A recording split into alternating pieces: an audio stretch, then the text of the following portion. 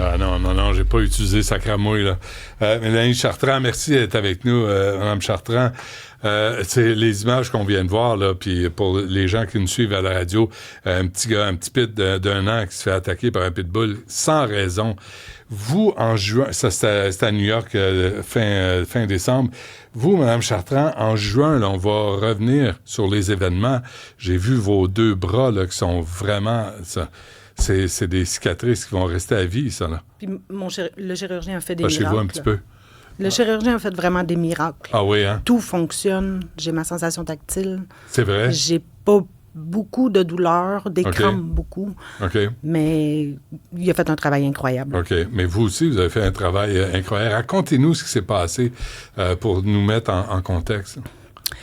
La chienne est en visite chez moi avec son propriétaire. Puis. La chienne qui est une pitbull qui s'appelle Hope. Oui, Hope. C'est ça? Avec un deuxième chien qui s'appelait le Cookie. De grande race aussi, là, qu'on dit. Elle, peut-être qu'elle a du pitbull, mais elle était très enjouée. OK. Par contre, Hope, elle avait un peu de difficulté avec mes chiens à moi. Ouais, vous avez deux chiens aussi, hein? Oui, j'ai un Yorkshire et Ouais. un Cocker de 11 ans. Ça, c'est mauvais. Ben Ça, c'est... oui. Non, c'est tranquille. Vous aimez les chiens, Mme Chartrand. Vous les aimez, les chiens? Ben oui. Oui. Alors là, vous étiez en train de cajoler Hope? Non. Non? Les garçons, les garçons ont quitté pour aller au dépanneur. Puis, j'étais contente parce que la fête de mon conjoint, c'était le lendemain. Donc, je voulais emballer son cadeau de fête. J'ai entendu une chamaillerie dans le salon. Quand je me suis mis la tête dans le corridor, Hope, elle avait la tête de Jack dans sa bouche. Jack, c'est un de vos chiens, Mon ça. cocker. OK. Et j'ai dit, ben voyons, c'est assez. Je me suis avancée. J'ai voulu juste prendre Jack. Mais elle a lâché Jack. Elle a pris mon bras, puis elle l'a plus jamais lâché. La pitbull. Oui. Ouais. Mais pas la bouche barrée. Sitôt qu'elle a planté les crocs, là, il n'y avait plus de chien domestique dans le regard. Là. C'était un animal pur et dur qui mangeait quelque chose qu'il aimait. Là. Elle me mâchait littéralement les bras. La viande. De la viande. Comment sur le coup, là, comment on réagit? Comment on se sent? La douleur. C'est incroyable. Vous souvenez-vous de la douleur, vraiment? Oui. Ah oui, hein? C'est la première chose quand les crocs ont planté, ça a fait « Oh non, comment je m'en sors? » Ah oui. Puis je me suis effondrée, les genoux m'ont lâché, ça faisait trop mal. Puis... Elle a commencé par quoi? Le bras? Le bras gauche? Le bras gauche. C'est lui le plus magané parce que moi, je suis droitière. Oui. J'osais pas la frapper. Je voulais pas la rendre plus agressive. Oui. J'essayais qu'elle me lâche. Là, vous pensez vite, là? Puis, elle essayait de me tirer en arrière de mon divan. Les voisins ont cogné. J'aurais pu m'étirer, ouvrir la porte. Mais moi, je reste sur le boulevard Notre-Dame. Si j'ouvre la porte puis qu'elle attaque quelqu'un d'autre, je vais me sentir comment, moi? Donc... là, vous pensez à tout ça, là? Oh oui, ça roule. En temps réel. Ça roule. Ouais. Puis... pas d'arme dans le salon. Avec quoi je la frappe? J'avais pas la rendre plus agressive, mais qu'elle me lâche. Mais est-ce qu'elle était grosse? C'était un gros chien? 60-65 livres, certains. Ah, quand même. Oui. Puis, oui, on a la réponse de la police de Laval. Mais continuez votre histoire, on va passer à ça après. Alors là, le chien, mais là, vous protégez, parce que le pitbull veut vous sauter aux jambes, vous sauter au visage. Il y a un moment qu'elle m'a lâché puis elle a pris un recul. Mais... pour mieux attaquer. Je pense que oui. Si j'aurais eu le réflexe de me lever et de courir, elle m'aurait sauté dans le dos, j'étais faite. C'est sûr. Je l'ai toujours la regarder. Où elle s'en va? Parce que elle enlignait mon visage. Je le voyais qu'elle enlignait mon cou. Elle voulait m'achever. Puis accrochée après mon bras... Et sans raison, là. Vous ne l'avez pas attaqué, provoqué, kické, rien, là. J'ai juste... C'est assez, chamaillez-vous pas. Du tout. C'est des chiens malades. J'ai même pas crié. J'ai fait « Hey, c'est assez. » Tu sais, pas plus fort que je vous parle, là. OK. Alors, comment elle vous a lâché? J'ai une petite pièce où je mets la litière des chats, j'ai un crochet pour pas que les chiens ouvrent la porte. Puis cette porte-là rentre dans le mur. OK. C'est une slide door. OK. Donc, c'est sûr que je l'ai ouvert, puis elle a un peu coincé parce que je l'ai poussé fort. Puis, j'ai rentré avec la chienne dans la pièce. J'ai ressorti. votre bras. Puis, elle n'a pas de poignée, cette porte-là, non Ouais. plus. Puis, j'essayais de rattraper le petit œillet. J'ai fini par être capable. Puis, à coup de porte, sur le nez, elle m'a lâché. J'ai fermé le crochet. La pièce à côté communique avec une petite porte parce que c'est une deuxième chambre, mais pas de fenêtre. Donc, il fallait une porte qui communique. Puis, c'est bloqué par 2 tables de chevet. Mais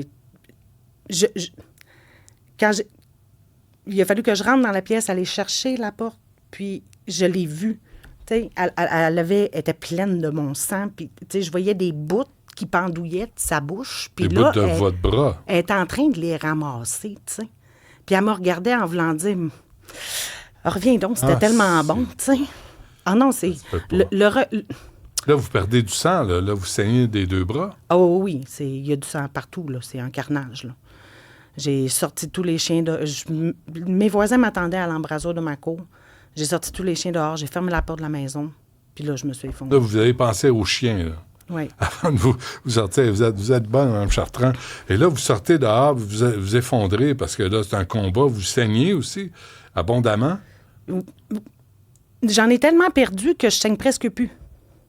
Quand les ambulanciers sont arrivés, il y en avait un qui me traitait, puis l'autre était au téléphone avec le dispatch. Il dit « Les plaies sont importantes, mais je ne vaux pas beaucoup de sang. » Puis j'ai juste trouvé à force de dire « C'est parce que tu n'as pas vu dans la maison. » Aïe, aïe, aïe. Là, il a commencé à paniquer, le monsieur ambulancier. Il a fait « OK. » C'est bon. Ah, il y avait du sang partout. Exact. Puis je me rappelle dans l'ambulance, le garrot me faisait extrêmement mal, mais je commençais à avoir de moins en moins mal. Puis j'ai entendu les machines s'affoler. Avez-vous eu peur de mourir? Je pensais que j'y restais.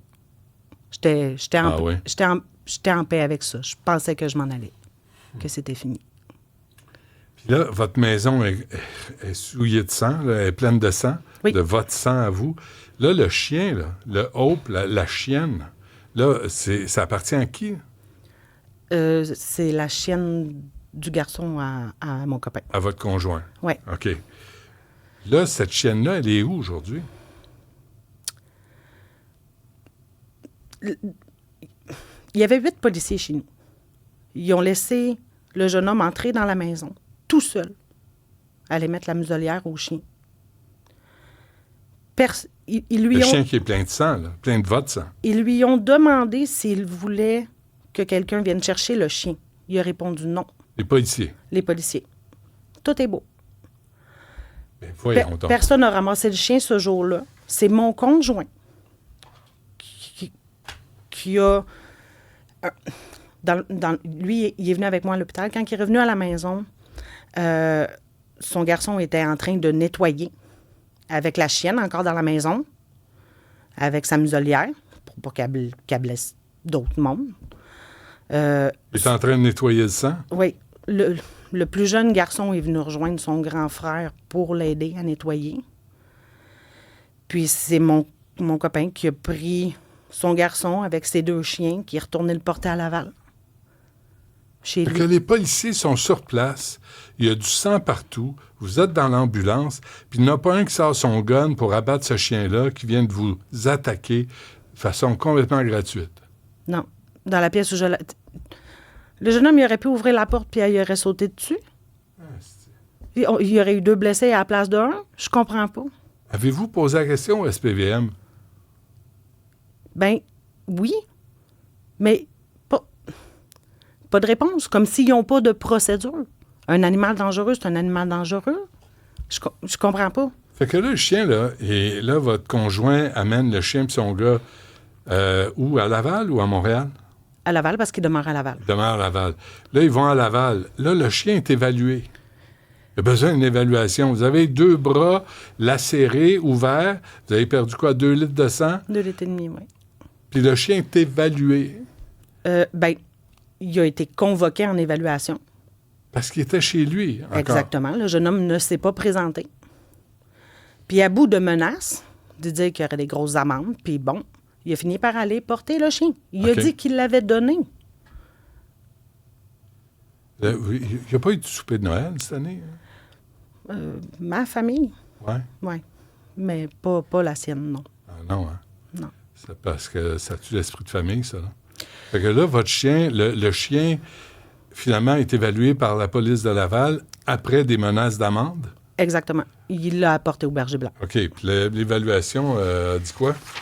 La première évaluation donnait l'euthanasie, qui était recommandée par les enquêteurs, par les vétérinaires sur place. OK.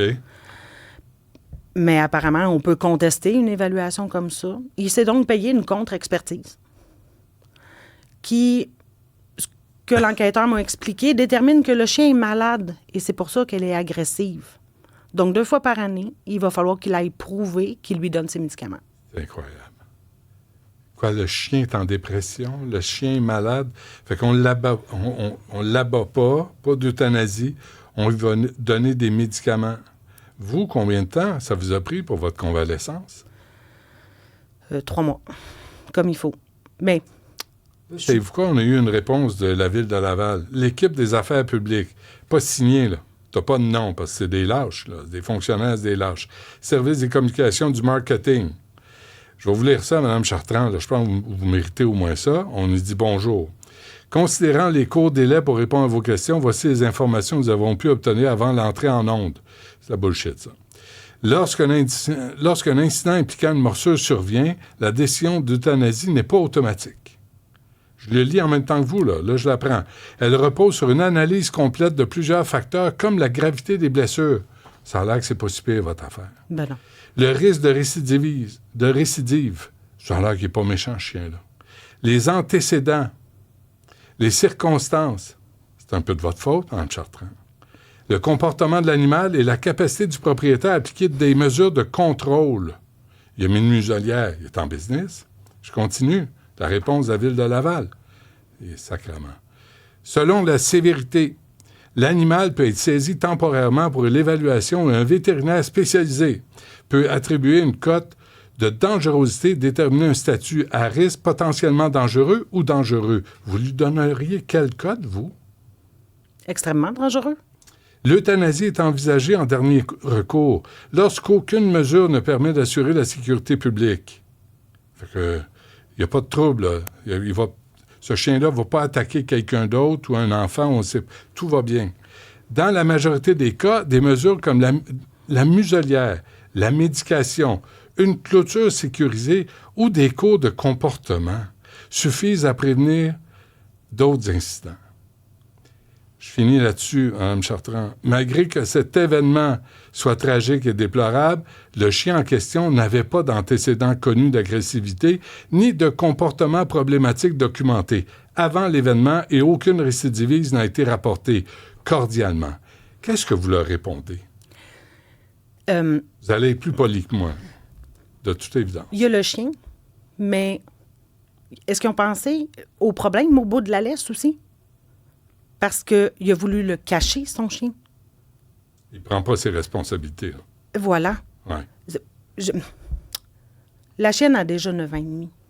On s'entend, là. Elle a plus que la moitié de sa vie de fête. Ouais. Elle a peut-être des douleurs. Il y a peut-être une raison. Mais ce qui est sûr, c'est qu'elle va recommencer.